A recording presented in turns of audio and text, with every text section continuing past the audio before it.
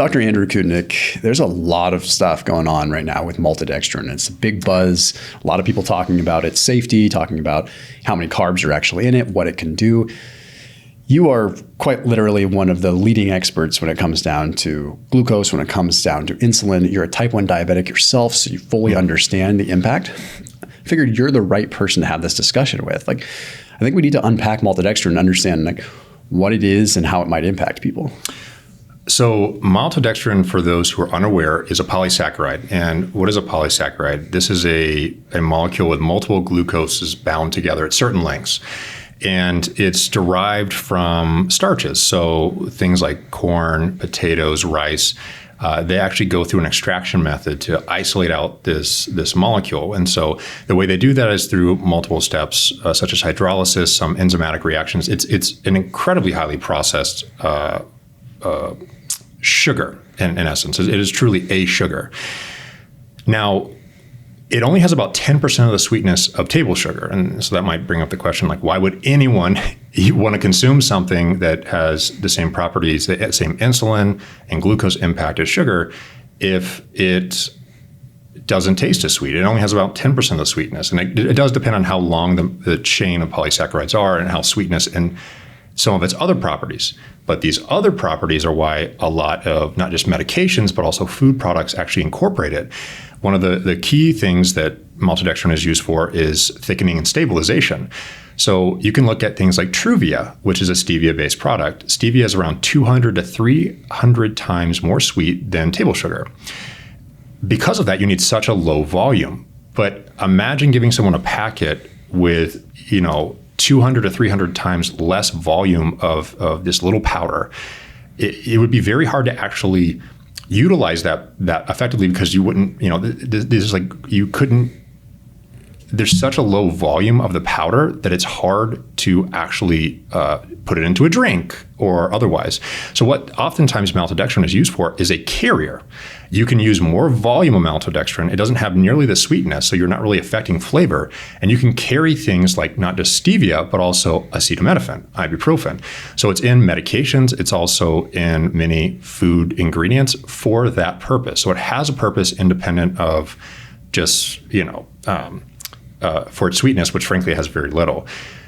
That's why a lot of food companies will incorporate it, not as a main ingredient by any means, but more so as a way to either stabilize, give it different freeze properties, or to be able to carry your molecules that are in low volumes so you can have effective administration or distribution of things like drugs like NSAIDs or things like stevia. So it's very commonly used for that reason. Today's sponsor is 25% off of Seed Synbiotic. That is a prebiotic and a probiotic. Now, the cool thing about Seed is that they have a unique technology that puts a capsule inside of a capsule. Now, what that means is you're getting potentially the appropriate delivery of the prebiotics and the probiotics to where it needs to go. And that's a big claim to fame for them. But what's more important to me with Seed is that they actually put their money where their mouth is with research. They actually fund a lot of interesting studies that are related to the gut, and not just the gut microbiome, but just the gut in general, whether or not it aligns with what they're after as a company or as a brand. They just want to do the research and understand more. And they continually evolve, and that's exactly what I look for in a company. And it's pretty darn cool. That's why they've been a sponsor on this channel for years, because we align, and I wholeheartedly support that. They're also a tremendous supporter of the content that we create. And the best way that you can support this channel is doing something good for you by supporting our sponsors as well. So that link down below saves you 25% off your daily Synbiotic. It's in the top line of the description underneath this video. So when you look at brands that have, it's usually found, I see in Latin food, in natural flavors, right? Mm-hmm. That's kind of where it comes in. And natural flavors can be a confusing thing in general, because I don't know if people always understand that there's, I want to say it's like 148 incidental additives that can end up in natural sweeteners, or natural flavors, meaning like all kinds of different things to trigger the flavor response. But generally the carrier is one of a few things. It's usually like acacia, tapioca, or probably 95% of the time it's maltodextrin. But how much is typically used? Because sometimes you'll see maltodextrin won't even be on a label it'll be like fall under the category of natural flavors. So does that mean that it's such a negligible amount? Like what is typically used, and is it something we should be concerned about from a physiological perspective? Is it going to spike our glucose? I'm a low carb guy. You're definitely a low carb guy. This channel is predominantly a pretty low carb channel in the grand scheme of things. So there's legitimate concern. Like, is maltodextrin going to do something? If you consume it in high enough levels, it'll have the same effect the sugar does. But the levels that are utilized are almost never at the levels of sugar, because it's used to be a food additive to do something else for the food product, either stabilizing it or changing properties of the food, which could be good, it could be bad, depending on why you are consuming that food. But yes, under the label of food additive, the reason that maltodextrin can fall under that is not because that's a way of like hiding maltodextrin. It's because that is a term allowed by the FDA to describe molecules that are things like carriers for things like, in the case of a supplement called LMNT, which you're very familiar with. And there was a huge quotes around the scandal with LMNT and their electrolyte product because, quote unquote, it had higher than expected levels of maltodextrin. But the maltodextrin was almost certainly a carrier, I can't speak for them, carrier for the stevia that was in the product. And the stevia is really what gave it the kind of a sweet flavor for the flavored version of their product, which they have unflavored versions as well. And so that's why it's most commonly used, because it's certainly not used for sweetness. Again, only about 1/10 the amount of sweetness of table sugar.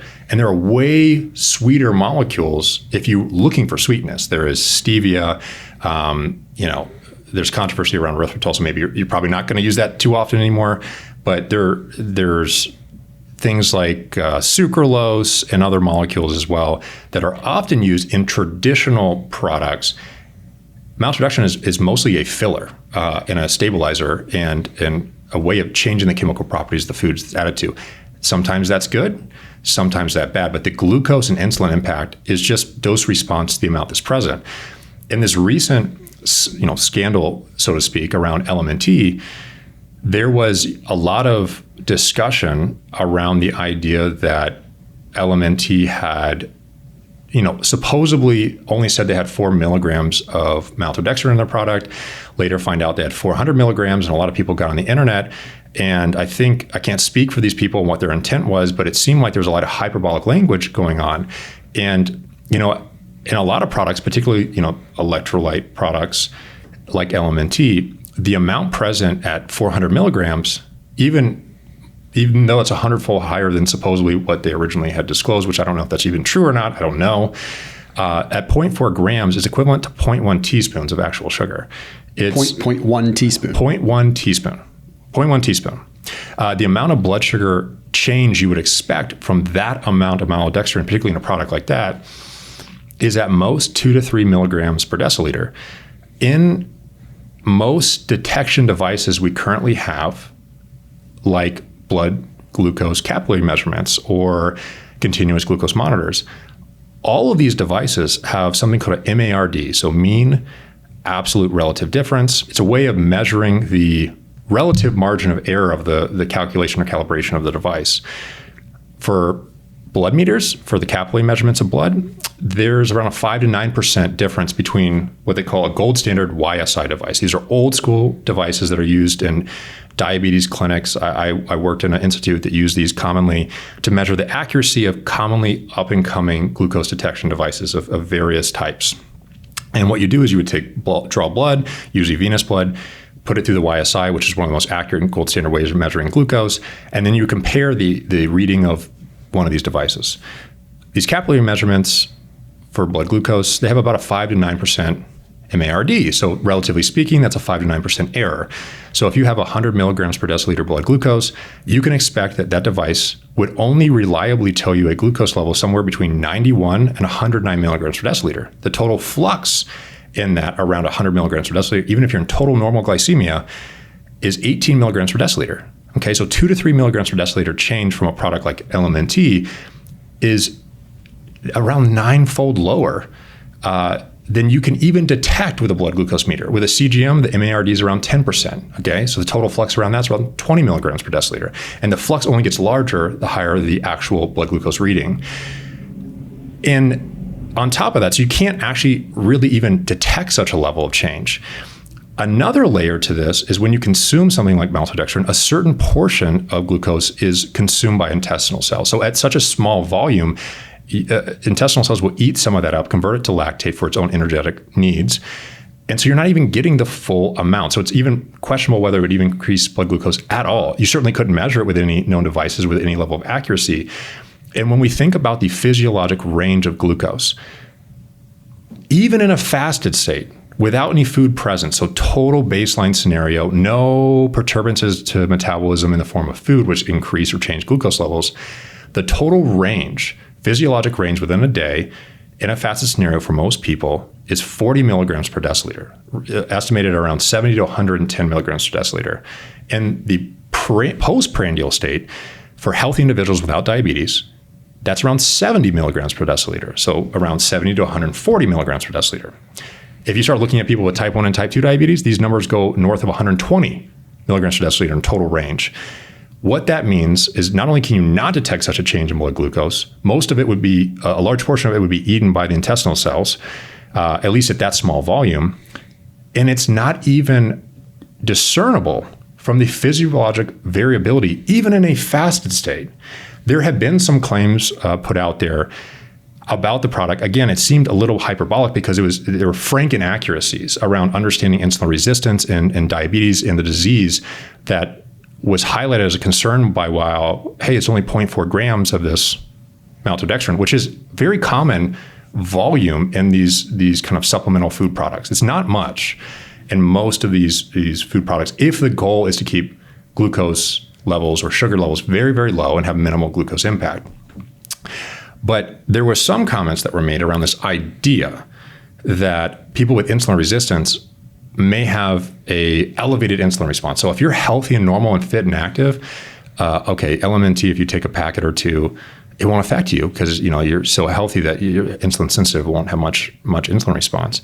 But God forbid you have insulin resistance or metabolic disease. If you take one of these products, you'll see this very meaningful or huge response in insulin. That was actually stated by some medical doctors. And the thing that concerns me about this is total misinformation for patients. If someone is going on the journey to try to improve their health, navigate the often muddy waters of food labels by many companies, maltodextrin is often very low in these food products. If it's under the label of food additive, it's almost certainly at meaningless levels, undetectable levels. And in the case of this, LMNT scandal, this idea of people with insulin resistance will be extremely vulnerable to this.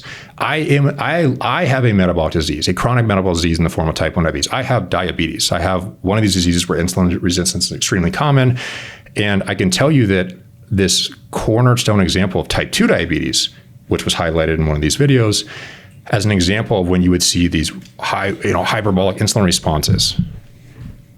And it's just frank misunderstanding of the disease. In type 2 diabetes, it's commonly reported that you would have not only a blunted insulin response to a glucose challenge, but it would also be delayed. And in progressive, so more advanced forms of type 2 diabetes, you lose beta cell function.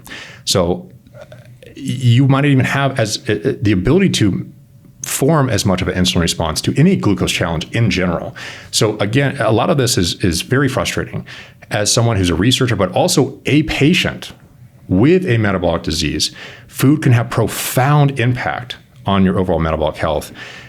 And this idea that, 0.4 grams is meaningful is misguiding people.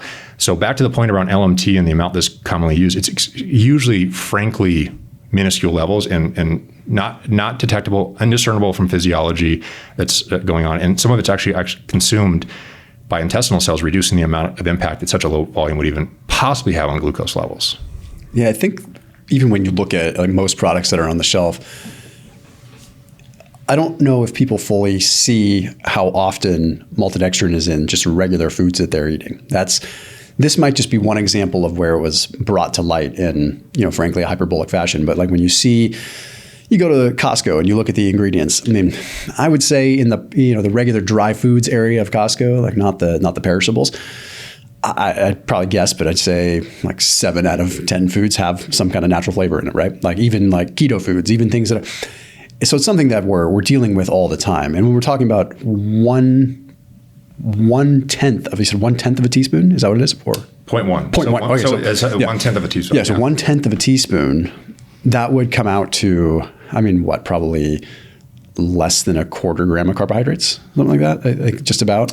So it's a 0.1 grams of carbohydrates. Okay, so 0.1 gram of carbohydrate from, and I could see where maybe that's where it gets confusing, is 400 milligrams, that sounds like a lot when you're not really looking at the big picture. So perhaps it gets misconstrued with 400 grams, or, it's like they start thinking 400 milligrams. I could see where, and that's just where the education needs to be there, is because imagine you just went to the doctor and they just told you, hey, Bob, you are insulin resistant. You're already dealing with a lot of stuff. Like you're dealing with the emotional aspect of that. You're trying to navigate this thing. You're trying to navigate, right, how do I eat? It's all foreign to you, right? And then all of a sudden, you turn on the internet, you watch a video, and you learn that there's 400 milligrams of maltodextrin in something, and that's going to freak you out. So at first when I heard this, I was like, well, this is like a misunderstanding. And then I kind of got frustrated. And then I curbed my frustration because I realized that this is real fear. This is real fear from people where they really think that this is going to impact them. And I put my empathetic hat on and I realized, no, that there's just misunderstandings and this lack of education here. And this goes much further. It goes much more to how our food is labeled. It goes much more to it's almost like punishing a dog for eating food that you left on the floor. You know what I mean? It's like sometimes, and what I mean by that is there's all these different nuances that can be there with additives and things like that. This should be a top-down problem. Like if it's really a concern about maltodextrin, then maybe it shouldn't be allowed to be put under just natural carriers. Maybe it should have to be listed. But also, I think we're missing the forest for the trees, and we're freaking out over. I think we're missing the forest for the trees, and maybe we're freaking out over something that just the sheer stress of is probably putting more stress on our bodies than the actual compound itself. So I appreciate you bringing that up because it really highlights, I guess, a bigger issue around food labels. Because in this specific case where this had come up to light or brought a lot of public attention in the case of this LMNT product. Which, for the record, I have zero affiliation, never worked with them. I have no relationship with them whatsoever. It's just a poor example of doing something to actually inform patients. I think for patients to have, if you want to do something to help people, you should provide information that's actually relevant to their health. And, something like 0.4 grams is completely irrelevant for 99.9% of people. And 99.9% of people may not be able to discern that. And a lot of how this has been framed is concerning in that it seemed almost like a win opportunity. It could be, win against a person, or in this case, a company who created a product that has virtually no sugar, in this case, 0.4 grams of something that has sugar-like impact. And whereas the vast majority of drinks comparatively to that have 20 to 30, the vast majority of electrolyte drinks, supplements, have around 20 to 30 grams of glucose. The most notorious example of this is Gatorade, which is the most popular. It was studied at University of Florida, showed to be able to really accelerate hydration. But that has 32 grams, at least in a typical bottle of Gatorade. So, and rapidly digestible carbohydrates. So this is something that might be an alternative to people who care about, for example, hydration, if hydration is the goal. So a lot of people, if they have mild or full-fledged dehydration, it can have cognitive and physical impairments. It obviously won't make you feel well. It can cause symptoms. And so we know that just drinking water can help hydration, but electrolytes have been shown to enhance the hydration of water when consumed along with it. So this is a product that minimizes this glycemic effect of traditional electrolyte drinks, gives an alternative to that, because we know that metabolic health is a problem, and rapidly digestible carbohydrates has been cited as a part of the problem, particularly with a keynote of sugar or other forms of sugar like that, for a host of reasons that are beyond probably a 5-hour conversation at the minimum of why that might be in multiple directions. But the real problem isn't something like 0.4 grams of maltodextrin, whether it was intentional or not intentional on label, which can be detected. It's indiscernible from physiology. If you were to be on a super calorically restricted diet at 800 to 1100 grams of calories a day, which is half of what the average person consumes, maybe less than half, because most people are eating more than 2000 calories per day. one of those meals would probably have 36.6 grams of protein in it. That would be around 40 times as much of an insulin response than the amount of maltodextrin in a product like that. So this is not helping patients, in my opinion, or people who are trying to improve their health. This is about improving awareness around what does matter and what does not matter for someone on their health journey. The real problem with food labels isn't this. The real problem is when you go to the grocery store and have to have a frank PhD in biochemistry, metabolism, or some nutritional degree to understand and walk the minefields of the grocery store to understand what's in those products. And I know you know that all too well. And this has major consequences. In certain metabolic diseases where nutrition has a direct impact on the medication required to treat the disease at every meal of every day, this can kill patients. This misinformation on food labels where companies appear to overtly be misguiding patients. So you can go to the grocery store and look at one primary example is something like Nature's Own honey wheat bread, which says on the label keto friendly. It does? It says keto friendly. So you can look at the back of that and assume, okay, it must be made with like almond flour, coconut flour. No, it's not. In fact, the vast majority of those ingredients on the back of it have pure glucose elevating ingredients that are frankly very similar or identical to what the impact of sugar would have on glucose and insulin. But it's framed keto friendly. So let's say you have a disease like type 1 diabetes, a disease I have. Let's say you're a young kid, you were diagnosed at 10 years old, you're a mom, you go to the grocery store, and you're like, oh, I heard that this would have less impact on my son's glucose levels. And so you buy this bread, you take it home. Let's say in this example, it's 80 calories, 19 grams of carbohydrates on the label, but it says keto friendly, and you know these food labels are all kind of jacked up. So, it must not have any impact on glucose. Why did I actually tested this and ate 2 slices of bread, only 90 calories, 19 grams of carbohydrate, it has fiber in it. It spiked my blood sugar as someone with type 1 diabetes over 100 milligrams per deciliter, well above 200 milligrams per deciliter, which is well in the threshold of when we know tissue-based damage is occurring. Oxidative stress and inflammation can be associated with this level of glucose. And it took quite a bit of insulin. So 300% increase in my insulin needs to be able to handle that. What if you're this mom who gave this to your child and you're like, why did my son spike, well into this dangerous range of glucose? It's going to affect how he feels, his energy level, and having frank damage to his bodies and his cells.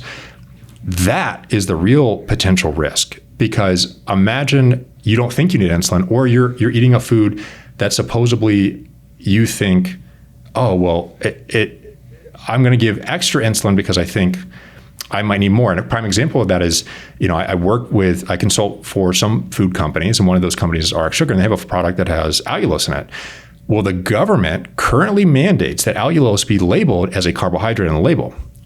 There's a problem here, in that allulose has either no, or in some cases, a glucose minimizing effect of food, or can lower blood glucose levels, but has to be labeled as a carbohydrate. So you can take the example of Nature's Own honey wheat, and you can take, the same exact calories, the same exact total carbohydrates on the label, but because of the way some companies can just say keto friendly, so long as they're not making a health claim.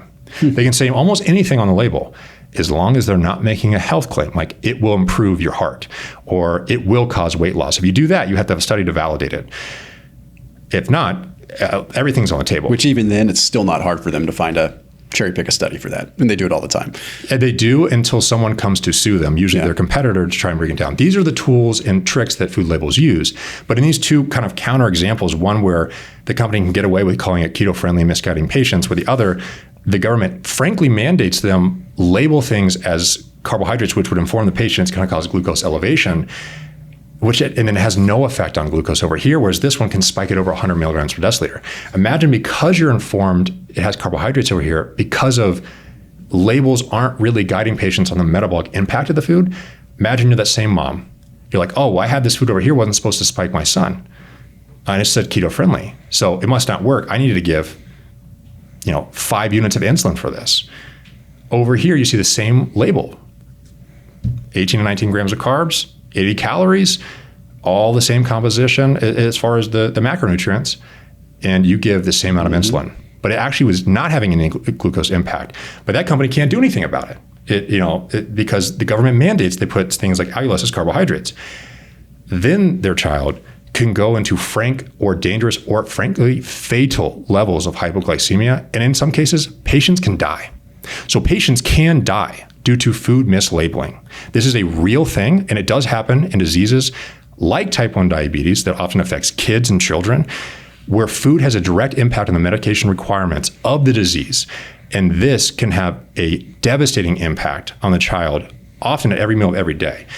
And that's the real problem of food mislabeling, the real issue when companies purposely misguide patients with these tricks. Like sugar, they can say 0 sugar on the label, what they do is they just take sugar off and replace it with some other glucose elevating molecule that has the same effect as sugar. It's just not termed sugar. So now you can say 0 sugar, even though they just replace it with a molecule that has the same effect both on glucose and insulin as sugar. These are the games that are played all the time by food companies, oftentimes on purpose. They're not ignorant. They're very, very smart people, a lot of resources, and they're doing this, but yet the consequences are very real and sometimes fatal for people where medication, the impact of food has a direct impact on medication requirements, particularly in diseases like diabetes and in children with type 1 diabetes. Yet we're getting concerned over something like maltodextrin. I mean, that's the thing is like, we can't blame people for having the concern. The problem is that this is a much bigger problem than having 1/10 of a teaspoon of maltodextrin. It's a big problem where in the sense that it takes someone like you to be able to walk into a store, cross-reference the carbohydrates with the ingredients, and be able to ascertain like, what is this going to do to my blood glucose? And you as a type 1 diabetic, you've had to spend the last 35 years of your life doing this, right? And when you mention the kids, I think the important thing is they don't have the experience and the history and the time after time after time after time of testing and understanding and building a repository of what certain foods do to their glucose, right? And that's where you really do run into trouble. Or, you say like your children learn to read the fact that it says keto friendly or something. You have it in the pantry. You're in the other room. They go and they grab 3 slices of bread, or they make themselves a sandwich because they're like, okay, like mom said, if it says keto friendly, I can have it.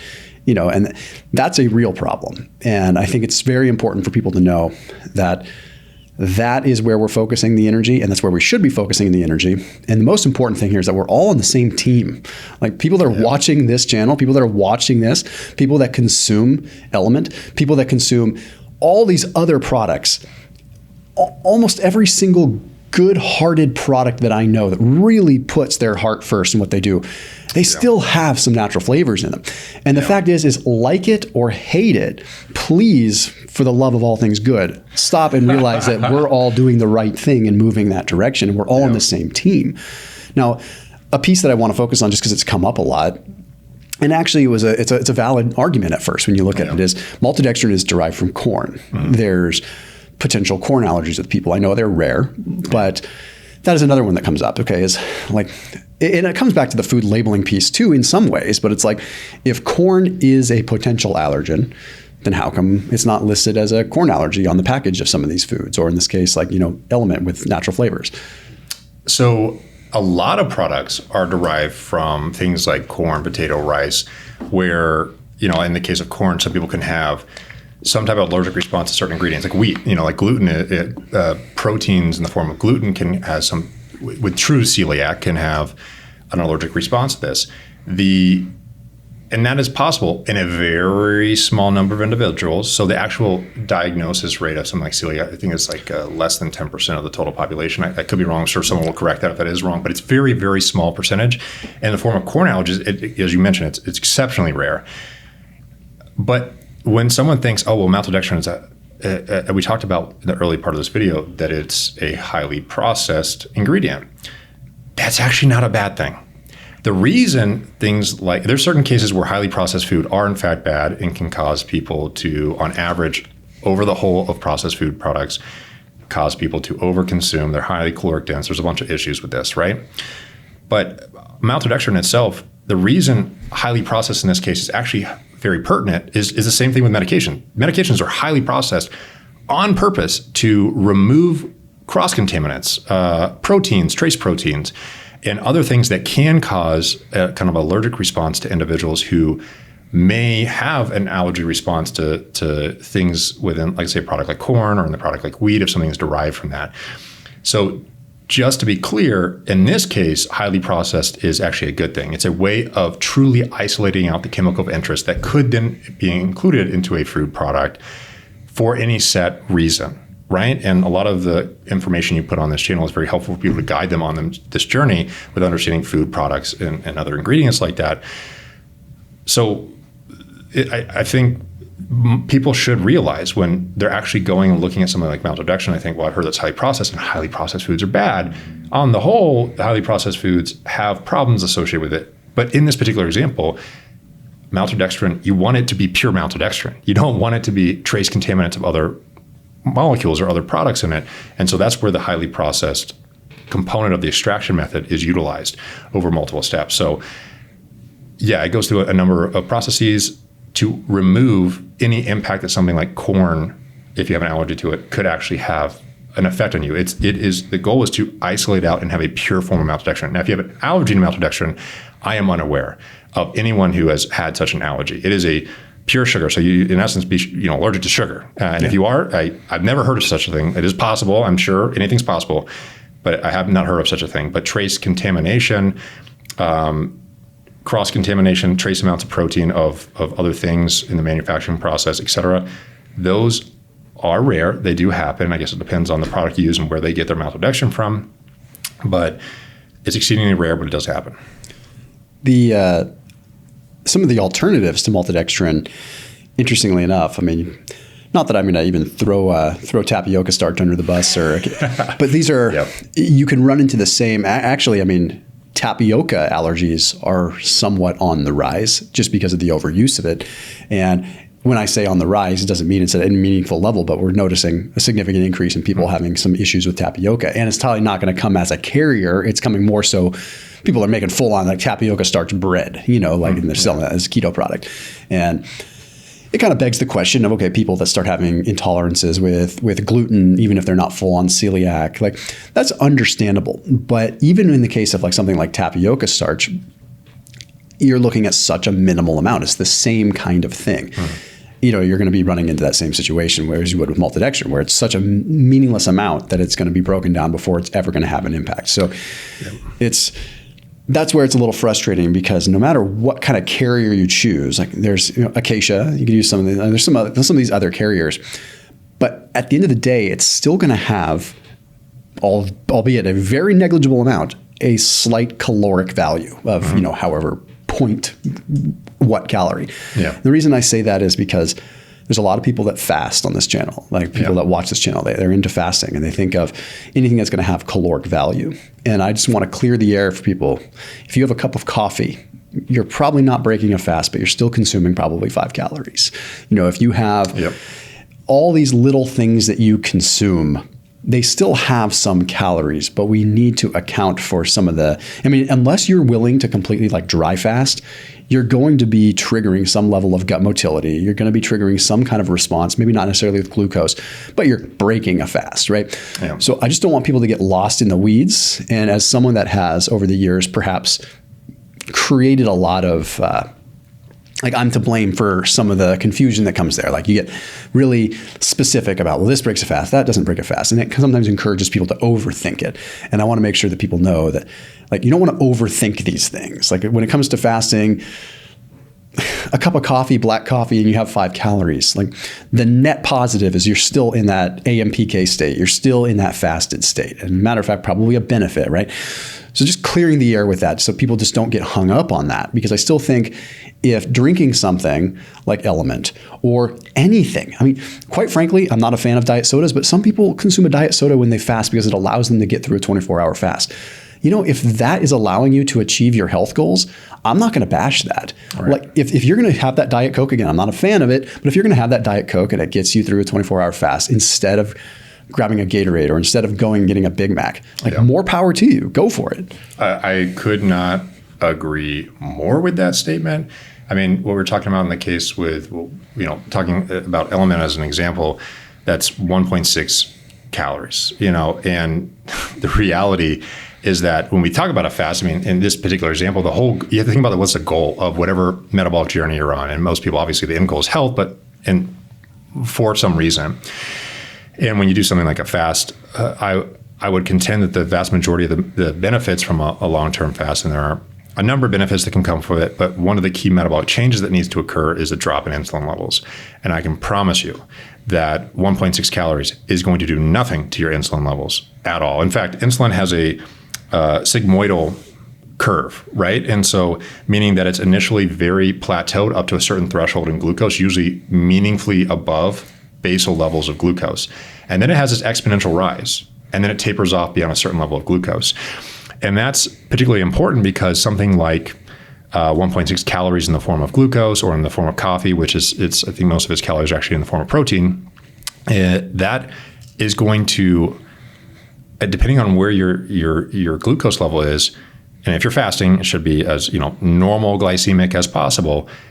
You would have to reach beyond a certain threshold in glucose to even see an insulin change. And insulin is really the thing that you're trying to lower on a fast if you want to have the cascade of elevations in ketones and fat oxidation, this metabolic switch that's been associated with all these health benefits of a fast. That's usually ascribed not just to the absence of food, but the metabolic switch that is occurring when insulin gets low enough. That's really what triggers a ketogenic diet to produce ketone bodies. That's why a low carbohydrate diet is physiologically distinct from a ketogenic diet. And how a fast, it also falls into the category of ketogenic diet, is this frank, overt flip in metabolism that occurs. And that is that flip does not occur without insulin getting low enough. And I can promise you, 1.6 calories in a packet of LMNT ain't going to do that to you. That is misinformation. And either way, it's about helping people on their journey. And this is more so about empowering people with information that actually is real and helps them understand what the reality of these foods are. And also try to navigate what is a bit of a landmine of the grocery store and understanding what is going on and what's not. I mean, you could forego everything, right? And have, and just eat whole foods, which is an option. And it probably will have a lot of health benefits for most people.